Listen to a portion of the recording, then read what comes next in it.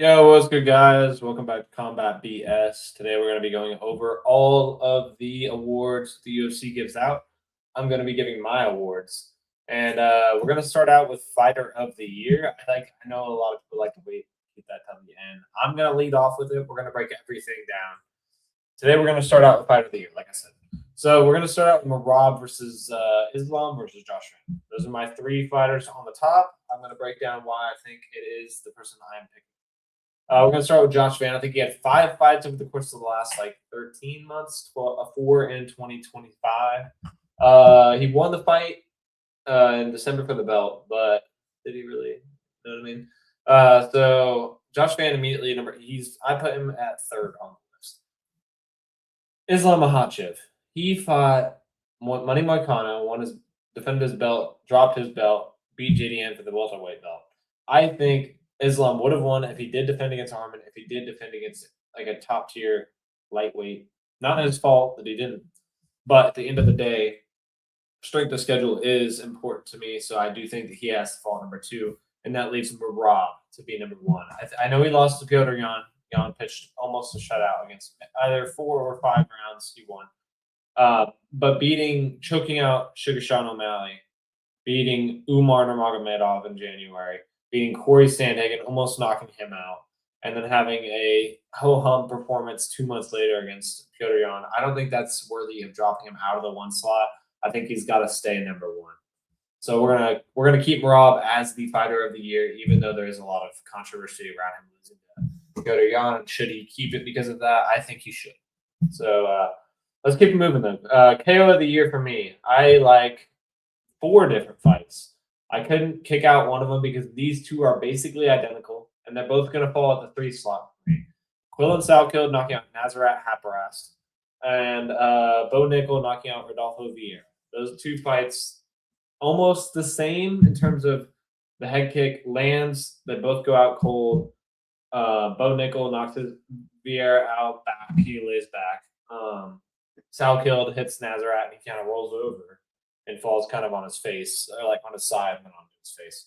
But the absolute force of the kick, the terror that you kind of feel whenever somebody goes out like that, and the my gosh reaction like that, those 2 fights that are identical in my opinion. So I like both of those. I think they both deserve to be in there for KO of the year, but not win. Number 2 for me, this one was tough. These 2 are neck and neck.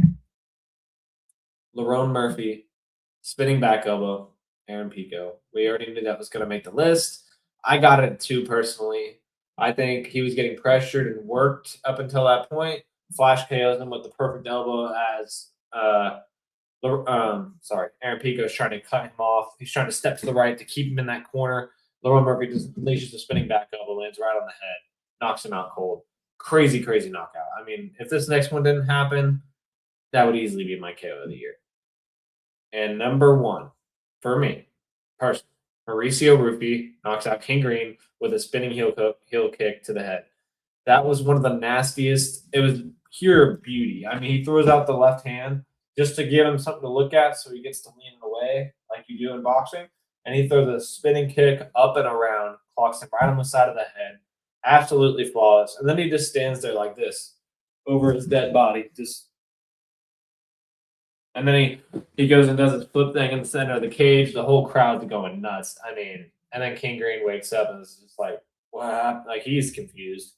It's just the craziest knockout. Scary fast, scary accurate, just perfect. So for me, KO of the year, Mauricio Rufy knocking out King Green. Submission of the year.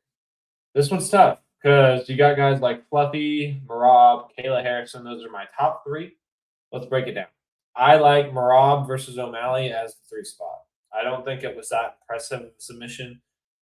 I don't think Sean O'Malley's that good on the ground. I know he's good at jiu-jitsu, but he tried to do jiu-jitsu stand-up in a MMA game. Shout out to Corey Sandhagen for that breakdown. But he stands up with the neck exposed multiple times against Marab. Marab doesn't jump on it when he gets the first chance because in the last 10 seconds of the round, he tries the same thing, and Marab grabs that neck, chokes him out. But that's only 3 to me because it's not that impressive to catch O'Malley, in my opinion, even though it's only happened once. Um, number 2 for me is Fluffy Hernandez against Elite.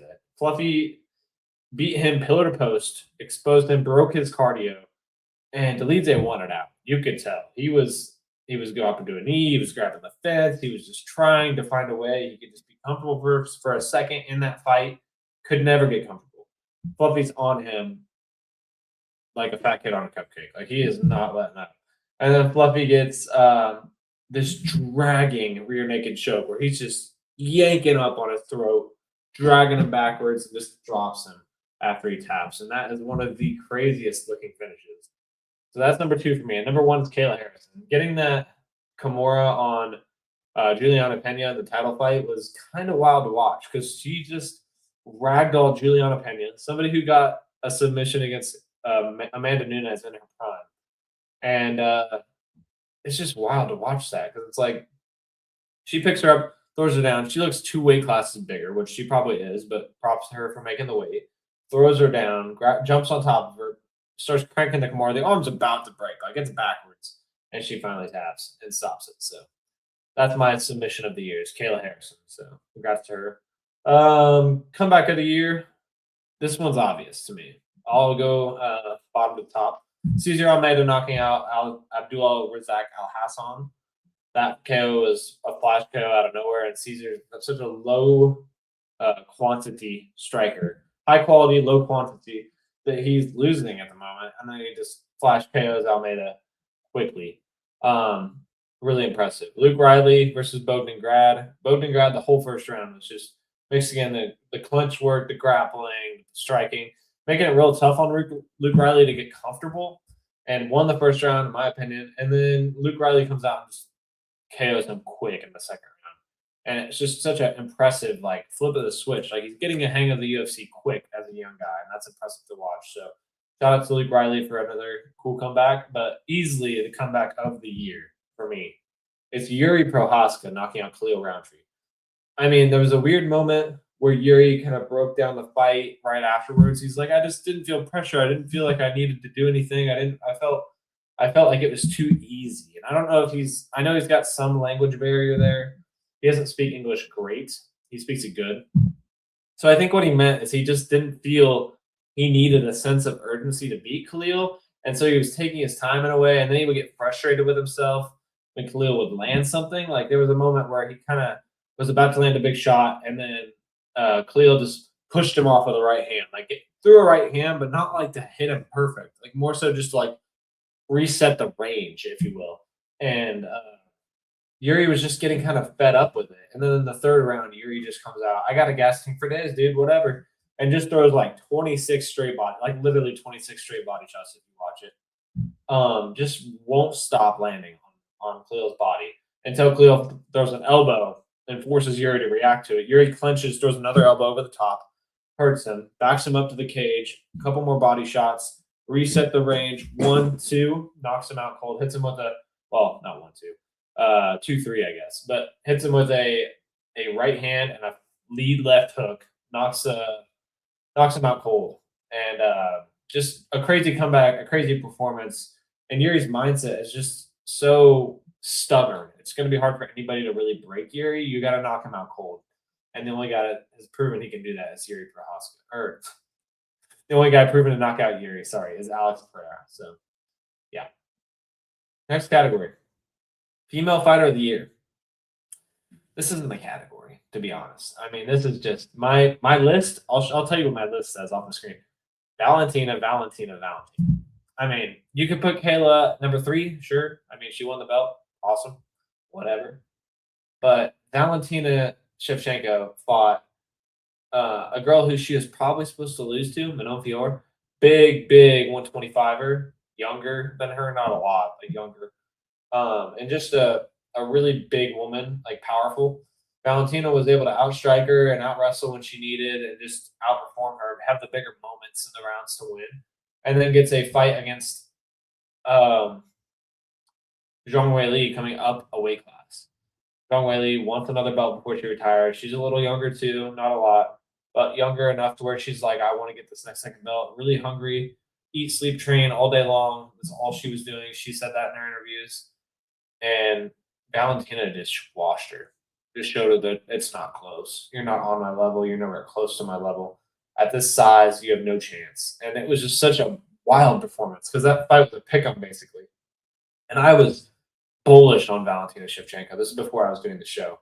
My friend was like all over Zhang Weili because of the performance against Santiago Suarez, and I was like, dude, if you look at the Agent MMA website, there's I love using that to break down some fights that are close because it shows you their exact skill set on different things and where like a fighter might be able to be exposed. They had the exact same shape and where like their skills were basically perfectly aligned. Valentina's a slightly better striker though, a little bit longer and bigger. So I was like, there's no chance unless she flash KOs her with like a head kick because of her speed. Valentina's going to win this fight, and Valentina just washed her pillar to post. So I think Valentina deserves fight of the year 10 times over. I don't think anyone else should be in the conversation, and I think that she will be, and I know she will be the Combat BS fight of the year for females. So congrats to her. Fight of the year. There's three options here: Esteban Ribovics versus Nazaret Hapras. That's my number 3. A fight that should not have been on the Apex. Like, let's be real. Esteban Ribovics has an almost fight of the year last year. My fight of the year last year. Zell Huber versus Esteban Ribovics at Sphere. Crazy fight. Back and forth. And then the next fight they put him in is Nazareth Hapras and the Apex. Like, what are we doing, dude? Get this guy on number cards only. Either feature prelim or leading off the main card. Let's hype these fight cards up. Like, what are we doing putting one of our most entertaining guys in the fucking Apex? I know that you got to put some fights on there that matter so people tune in, but come on. Next for me, Bilal versus JDM. Crazy good title fight. Back and forth on the feet. Super entertaining. And then when it came down to it, Royval was just JDM was just able to get up and Bilal would grapple him, and it was just bloody and fun on the feet the whole time. JDM was just perfect at the in and out boxing. He would jab him as soon as Bilal came in.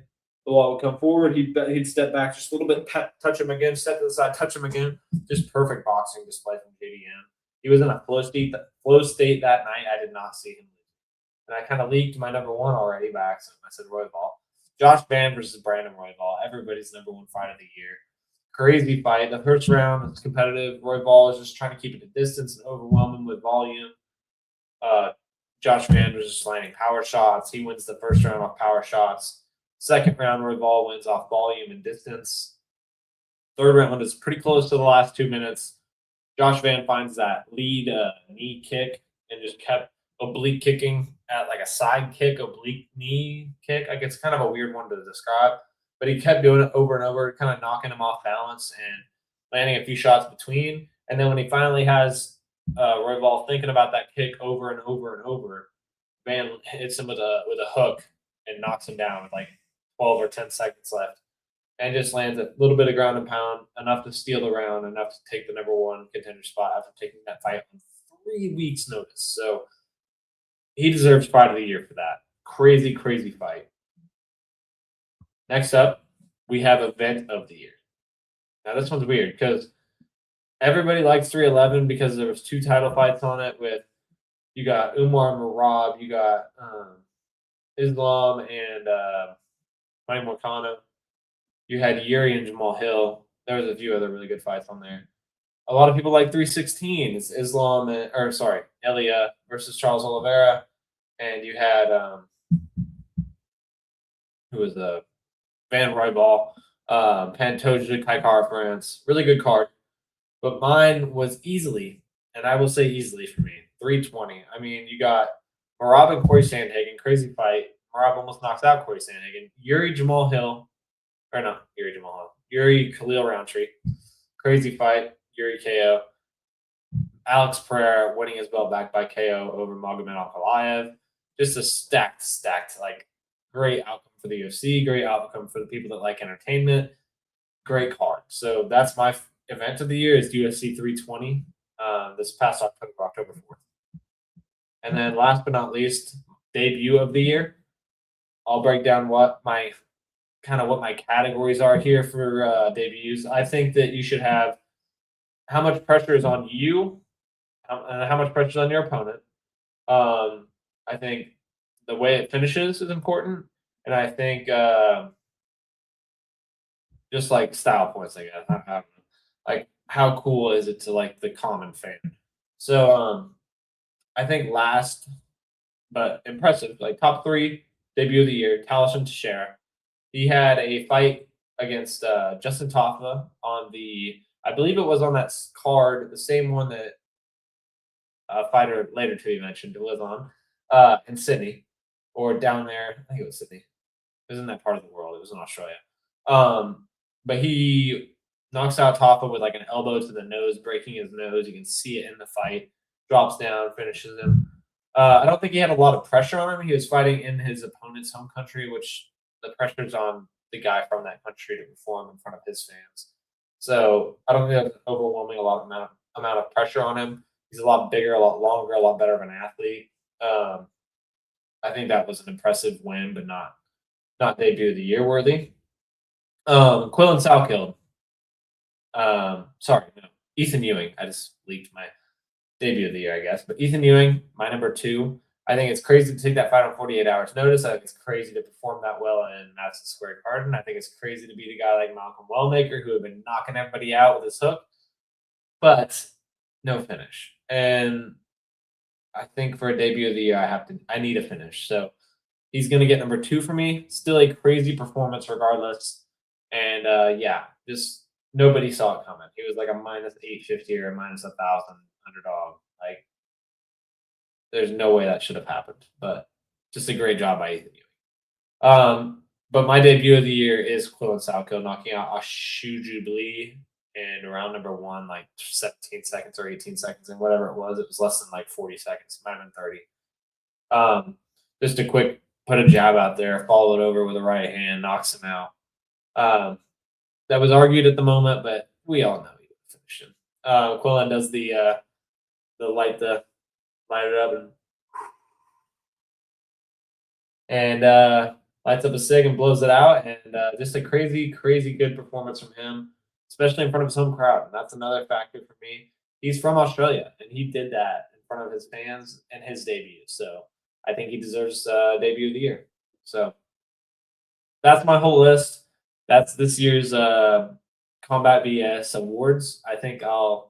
I will be back. I'm not 100% sure just when yet. I know this year is weird in terms of timeline because we're not starting up until the 24th. That'll be the first event. I'll do a breakdown before that event and give out my combat bet slip. So tune in for that. I will break down last year's betting. I will go into this year's betting. We'll talk it all over. And yeah, so just stay tuned to the channel. I'll have a bunch of shorts dropping. We'll go over everything. I'll break some stuff down. We'll have a fun time. Until next time, I'll see you guys on the other side. Peace out.